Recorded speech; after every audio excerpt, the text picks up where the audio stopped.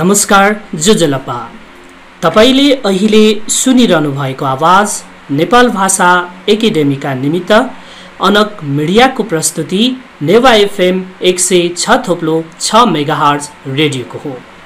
कीर्तिपुर नगरपालिका चोबार स्थित आदिनाथ माध्यमिक विद्यालयको कार्यालय सञ्चालन तथा लेखा विषयको शिक्षक म रामेश्वर सुनार बोलिरहेको छु।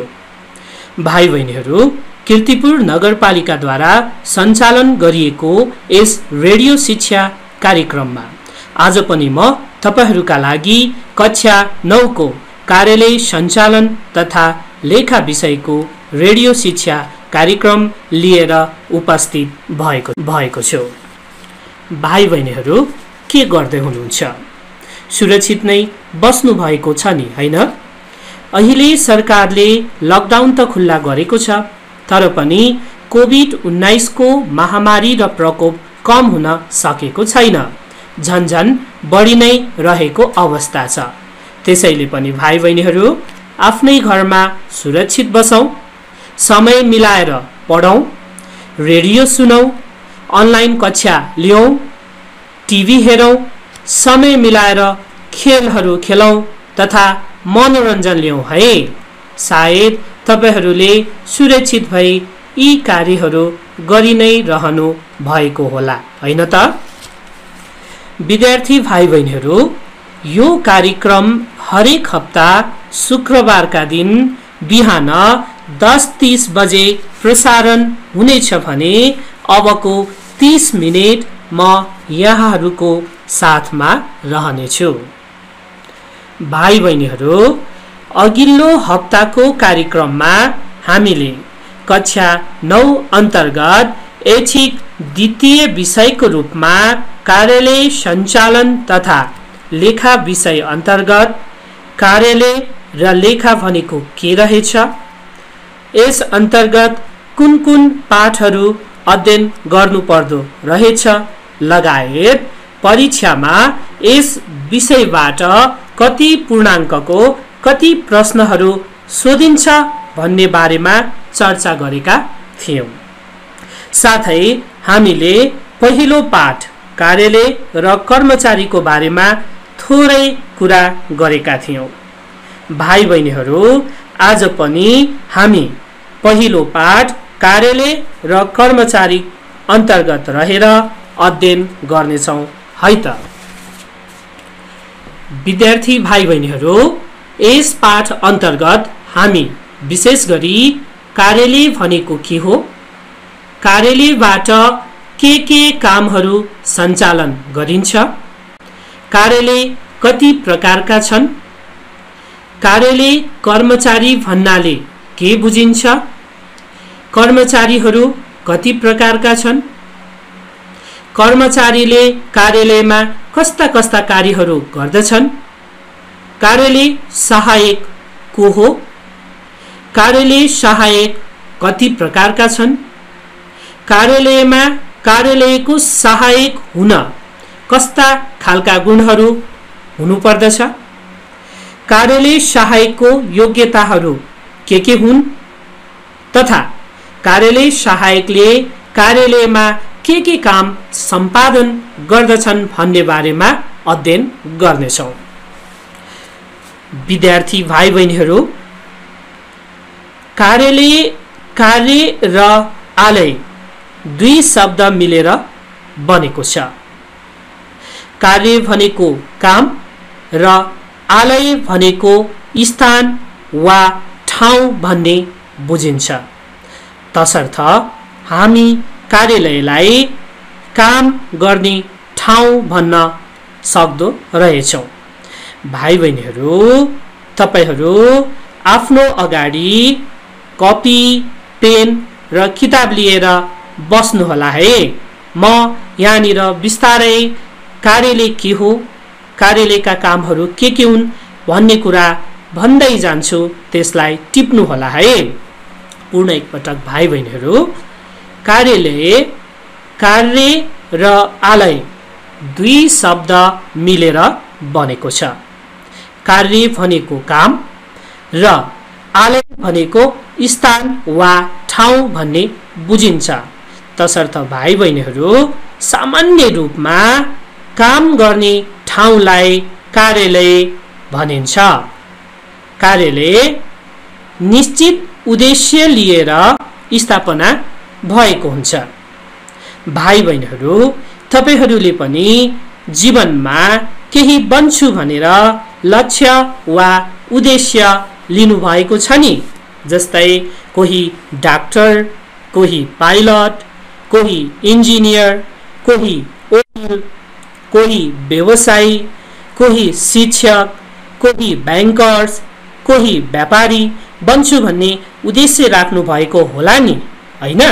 हो, त्यसै गरी कार्यालय पनि केही काम पूरा गर्ने उद्देश्यले स्थापना भएको हुन्छ। भाइ बहिनीहरूले हस्पिटल देख्नु भएको होला नि। हो, हस्पिटलले बिरामीलाई स्वास्थ्य सुविधा दिने उद्देश्यले स्थापना भएको हुन्छ। भाइ बहिनीहरूले विभिन्न बैंक तथा सहकारी संस्थाहरू देख्नु भएको होला। हो, पक्कै पनि ती बैंक तथा सहकारी संस्थाहरू रुपैयाँ पैसाको कारोबार गर्ने उद्देश्यले स्थापना भएका हुन्छन्। भाइ बहिनीहरूले विभिन्न पसलहरू देख्नु भएको होला। तिनीहरूले सामानहरू बिक्री वितरण गर्ने उद्देश्यले स्थापना भएका हुन्छन्। त्यस्तै गरी भाइ बहिनीहरू विद्यालय थाहा छ नि तपाईहरूलाई? हो, विद्यालयले विद्यार्थीहरूलाई शिक्षा दिने, पठन पाठन गर्ने उद्देश्य लिएर विद्यालय स्थापना भएको हुन्छ। तसर्थ भाइ बहिनीहरू कार्यालय निश्चित उद्देश्य पूरा गर्ने कामका लागि स्थापना हुने भएकाले त्यसका लागि कार्यालयले दैनिक तथा भइपरि आउने कामहरू गर्नुपर्दछ। भाइ बहिनीहरू दैनिक तथा भइपरि आउने कामहरू भन्नाले जसरी हामी बिहान उठेपछि बेलुका सुत्नुभन्दा अगाडि विभिन्न कार्य गर्छौं नि, हो त्यसरी नै कार्यालयले पनि आफू खुलेपछि बन्द नगरुन्जेलसम्म विभिन्न क्रियाकलापहरू सञ्चालन गर्दछ। उदाहरणको लागि भाइ बहिनीहरूले बैंक देख्नु भएको छ नि। हो, यदि छ भने एकचोटि याद गर्नुस् त, त्यहाँ के काम हुन्छ?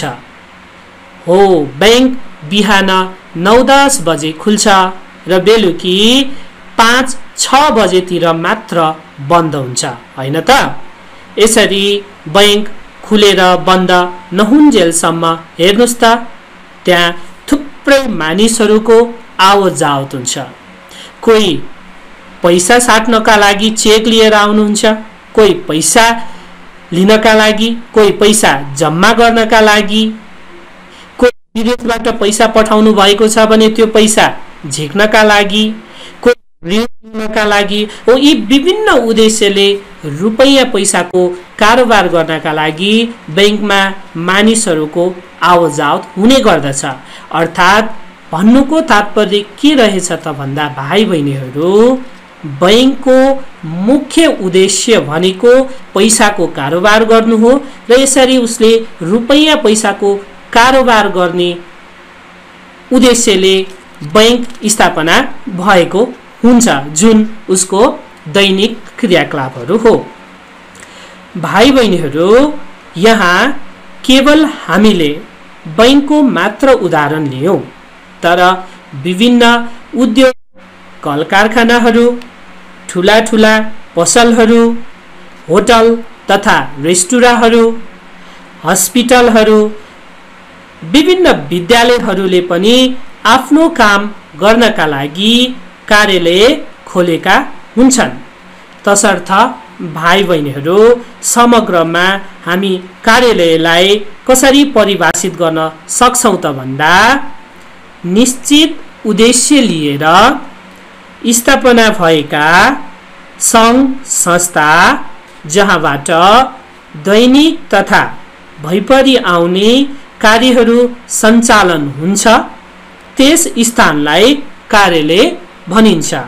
पूर्ण एकपटक भाइ बहिनीहरू, निश्चित उद्देश्य लिएर स्थापना भएका सङ्घ संस्था जहाँबाट दैनिक तथा भइपरि आउने कार्यहरू सञ्चालन हुन्छ त्यस स्थानलाई कार्यालय भनिन्छ।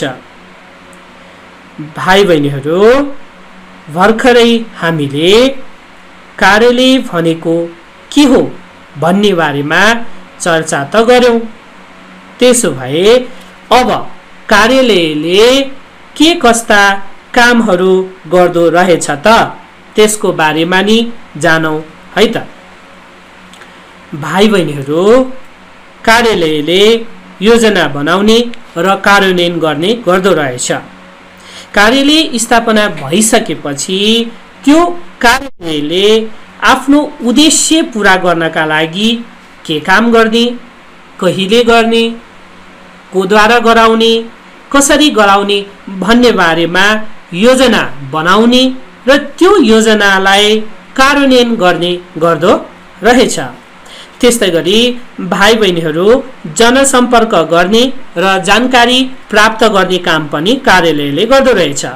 कार्यालयमा कामका सिलसिलामा विभिन्न व्यक्तिहरू, विभिन्न ग्राहकहरू, आगन्तुकहरूसँग सम्पर्क गर्नुपर्ने हुन्छ र यसरी कार्यालयमा आएका विभिन्न आगन्तुक वा पाहुनाहरूसँग कार्यालय सम्बन्धी जानकारीहरू, सूचनाहरू, तथ्याङ्कहरू प्राप्त गर्ने र उनीहरूसँग राम्रो सम्पर्क स्थापना गर्ने काम कार्यालयले गर्दो रहेछ। अर्को छ प्राप्त जानकारीहरू सुरक्षितसँग राख्ने। भाइ बहिनीहरू, कार्यालयले काम गर्ने क्रममा विभिन्न खालका जानकारी, तथ्याङ्क, सूचनाहरू प्राप्त गरेको हुन्छ र त्यसलाई भविष्यमा पनि प्रयोगमा आइरहने हुनाले पनि त्यसलाई सुरक्षितसँग फाइलिङ गरेर होस् अथवा अभिलेख गरेर होस् त्यसलाई सुरक्षित राख्ने काम गर्दो रहेछ। त्यस्तै गरी भाइ बहिनीहरू, चिठी पत्रहरू प्राप्त गर्ने र पठाउने। भाइ बहिनीहरूलाई चिठी पत्रको बारेमा थाहा नै होला होइन त। कार्यालयले काम गर्ने क्रममा विभिन्न बाह्य पक्षहरूलाई चिठी पत्रहरू पठाउनु पर्छ भने ती विभिन्न बाह्य पक्ष, आगन्तुक वा पाहुनाहरूबाट चिठी पत्रहरू प्राप्त गर्ने गर्दछ। तसर्थ पनि भाइ बहिनीहरू, कार्यालयले चिठी पत्रहरू प्राप्त गर्ने र पठाउने काम पनि गर्दो रहेछ। त्यस्तै गरी यसले फाइलिङ पनि गर्छ। विद्यार्थी भाइ बहिनीहरू, तपाईहरूले आफ्नो कोठामा किताब, कपी, नोट कपीहरूलाई सुरक्षित मिलाएर राख्नु भएको होला नि। किन सुरक्षित मिलाएर राख्नु भयो त? पछि आफूलाई आवश्यक परेको बेलामा ती किताब, कपी, नोट कपीहरू तुरुन्तै फेला पार्न सकियोस् भनेर तपाईहरू त्यसलाई सुरक्षित राख्नुहुन्छ नि। हो, त्यसै गरी कार्यालयले पनि काम गर्ने सिलसिलामा जति पनि कागजपत्रहरू हुन्छन्, जति पनि चिठी पत्रहरू हुन्छन्, तिनीहरूलाई भविष्यमा प्रयोग गर्न सजिलो होस् भनेर सुरक्षित राख्दो रहेछ, जसलाई हामी फाइलिङ गर्ने भनेर भन्छौँ। तसर्थ कार्यालयको काममा फाइलिङ गर्ने पनि पर्दो रहेछ। यस्तै गरी भाइ बहिनीहरू, तथ्याङ्क तथा जानकारी मिलाएर राख्ने र तिनको विश्लेषण गर्ने काम पनि कार्यालयले गर्छ। कार्यालयले आफूले जति पनि सूचना, तथ्याङ्क, जानकारीहरू प्राप्त गर्दछ, कुन जानकारी पछिसम्म आवश्यक पर्छन्, कुन आवश्यक पर्दैनन्, हो यी कुराको विश्लेषण गरेर त्यसलाई क्रमबद्ध रूपमा मिलाएर राख्ने काम पनि कार्यालयले गर्दछ। अर्को छ आर्थिक क्रियाकलाप सञ्चालन गरी अभिलेख तयार गर्ने। भाइ बहिनीहरू, विशेष गरी कार्यालय स्थापना भइसकेपछि त्यहाँ आर्थिक क्रियाकलापहरू पनि हुने गर्दछन्। आर्थिक क्रियाकलाप भन्ने बित्तिकै रुपैयाँ पैसासँग सम्बन्धित क्रियाकलाप भन्ने बुझिन्छ। भाइ बहिनीहरू, काम गर्दै जाने क्रममा त्यहाँ आम्दानी पनि हुने गर्दछ, त्यहाँ खर्च पनि हुने गर्दछ। तसर्थ कार्यालयले कति आम्दानी गर्यो, कति खर्च गर्यो भन्ने कुराको अभिलेख तयार गर्ने काम पनि गर्दछ। त्यसै गरी भाइ बहिनीहरू, कार्यालयको गतिविधिको प्रगति प्रतिवेदन तयार गर्ने, कार्यालयले आफूले तोकेको उद्देश्य अनुसारका कामहरू भए कि भएनन् भन्ने कुराको प्रतिवेदन तयार गर्ने पनि गर्दो रहेछ। त्यस्तै गरी भाइ बहिनीहरू, यसले चल अचल सम्पत्तिको सुरक्षा गर्छ। भाइ बहिनीहरूले चल अचल सम्पत्ति भन्ने थाहा पाउनु भएको छ त?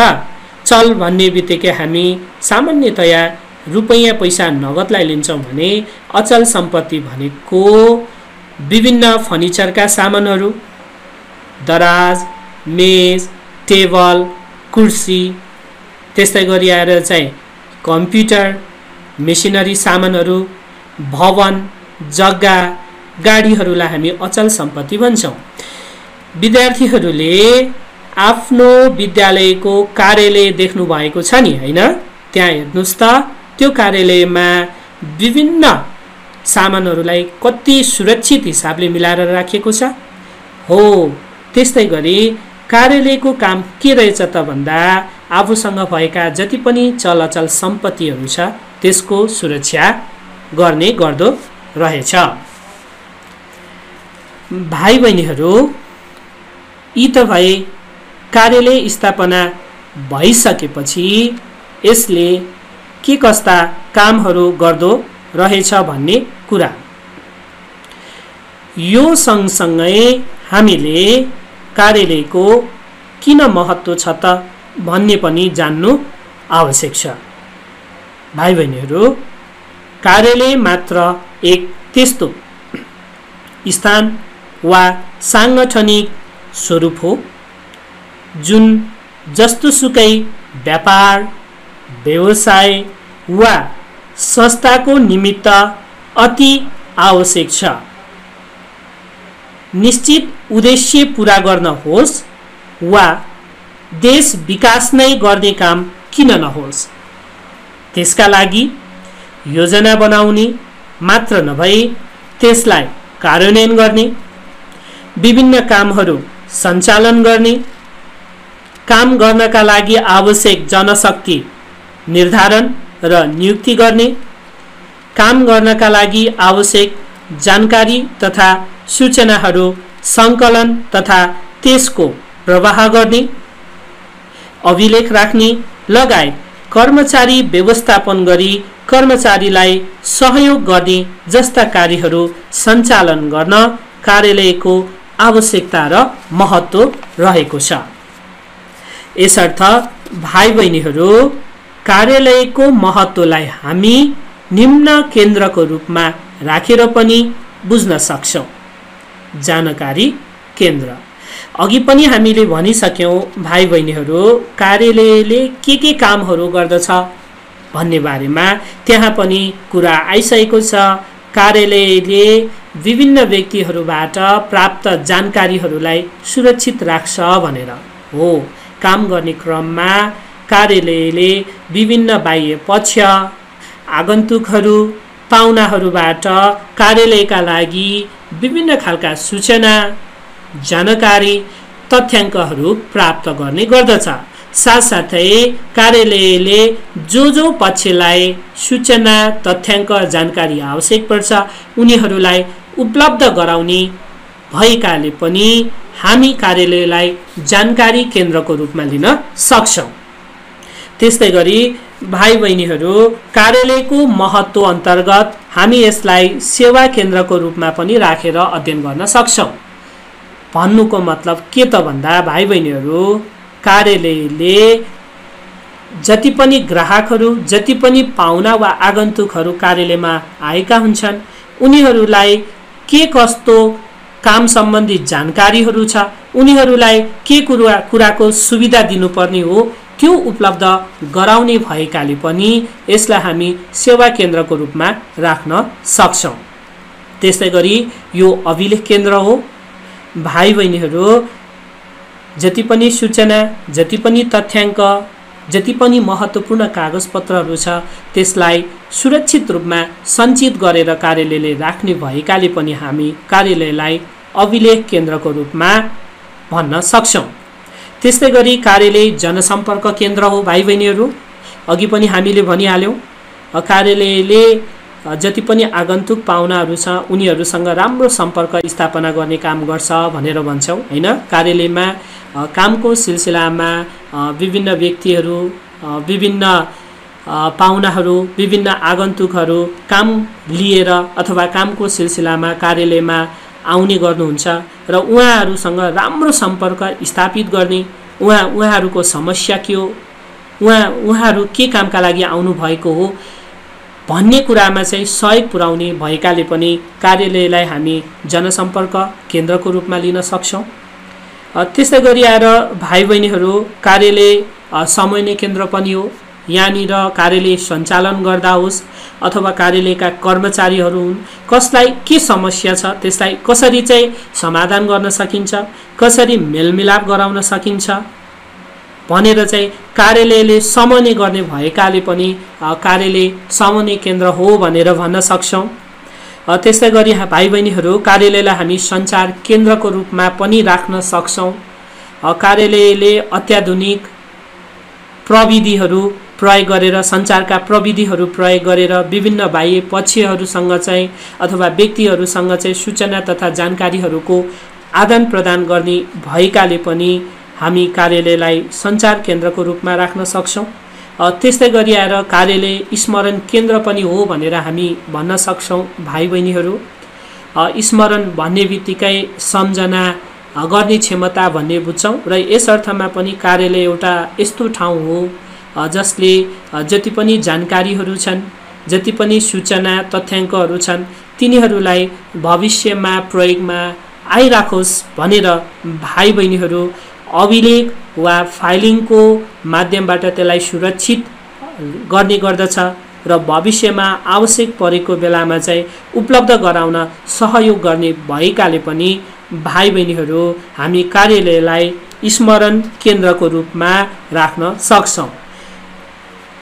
यसरी भाइ बहिनीहरू हामी कार्यालयको महत्त्वलाई जानकारी केन्द्र, सेवा केन्द्र, अभिलेख केन्द्र, जनसम्पर्क केन्द्र, समन्वय केन्द्र, नियन्त्रण केन्द्र, सहयोग केन्द्र, सञ्चार केन्द्र, व्यवस्थापन केन्द्र र स्मरण केन्द्रको रूपमा राखेर पनि हामी बुझ्न सक्छौँ।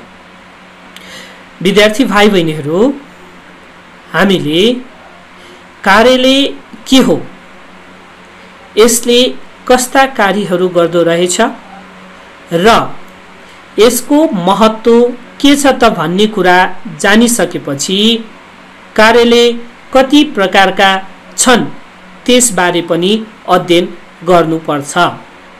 हामीले हाम्रो वरिपरि विभिन्न खालका व्यावसायिक सङ्गठन वा कार्यालयहरू त देख्छौँ, तर ती कार्यालयहरू कस्तो प्रकारका कार्यालय हुन् त भन्ने बारेमा पनि जान्नु पर्दछ।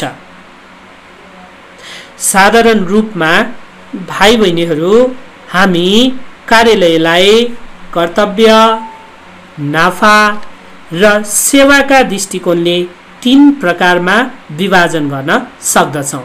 के त? कर्तव्य, नाफा र सेवाका दृष्टिकोणले 3 प्रकारमा विभाजन गर्न सक्दछौँ। ती हुन् सरकारी कार्यालय, व्यावसायिक कार्यालय, सेवा सम्बन्धी कार्यालय। भाइ बहिनीहरूले आफू बसेको ठाउँमा वडा कार्यालय देख्नु भएको छ नि? हो, त्यो के रहेछ त? सरकारी कार्यालय। भाइ बहिनीहरूले नगरपालिकाको कार्यालय देख्नु भएको छ नि? हो, त्यो के रहेछ त? सरकारी कार्यालय।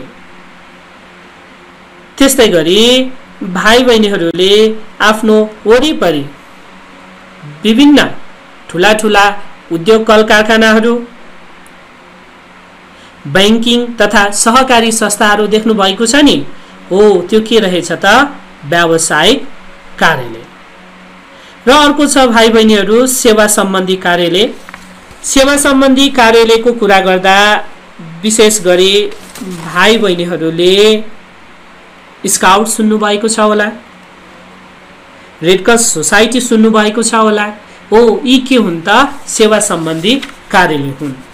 र अब कुरा गरौँ भाइ बहिनीहरू, सरकारी कार्यालय के हो, सरकारी कार्यालयको उद्देश्य के हो र सरकारी कार्यालयले के काम गर्दछ त भन्ने बारेमा।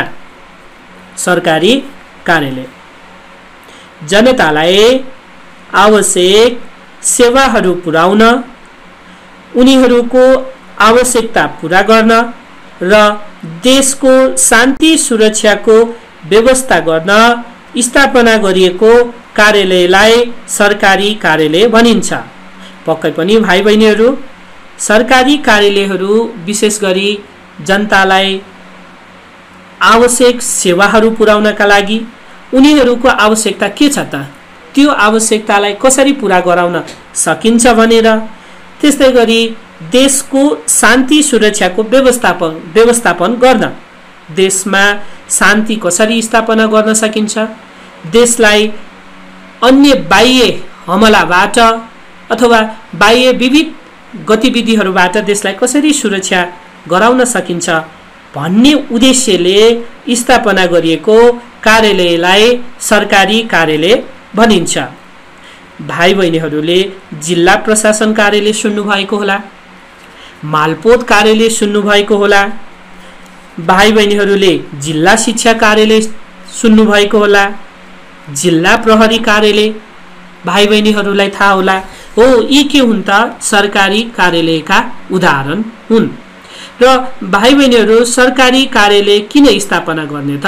यसको मुख्य उद्देश्य के हो त भन्दा यसले देशमा राम्रो शासन व्यवस्था कायम गरी जनताका आवश्यकता पूरा गर्न, हेर्नुस् त देशमा विभिन्न खालका नीति नियमहरू बनाइएको हुन्छ, ती नीति नियम अनुसार शासन व्यवस्था गर्नका लागि जनताका विभिन्न आवश्यकताहरू के छन् त भन्ने कुरा पूरा गराउनका लागि पनि सरकारी कार्यालय स्थापना भएका हुन्छन्।